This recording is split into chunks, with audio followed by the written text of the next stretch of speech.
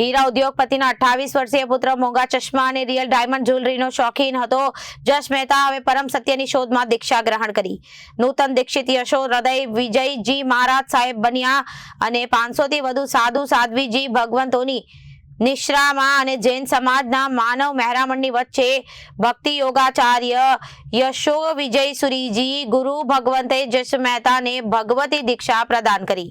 શહેરના જાણીતા હીરા ઉદ્યોગપતિ જતીનભાઈ મહેતાને 18 વર્ષીય પુત્ર જશ મહેતાએ સંસારના તમામ સુખોને ત્યજીને સંયમ કઠિન માર્ગ અપનાવવાનો નિર્ણય કર્યો। જશ મહેતાએ લક્ઝુરિયસ જીવનશૈલી, મોંઘા આઈફોન અને ખાસ કરીને રિયલ ડાયમંડની ઘડિયાળો અને જ્વેલરીનો જબરદસ્ત શોખ હતો। હવે તે બધું ત્યજીને આજે મોક્ષના માર્ગે જઈ દીક્ષા ગ્રહણ કરીને જશ મહેતા નૂતન દીક્ષિત યશોદય વિજયજી મહારાજ સાહેબ બન્યા।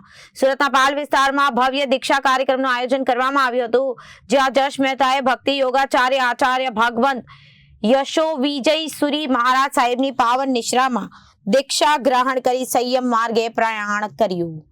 Bureau report, Janadesh news.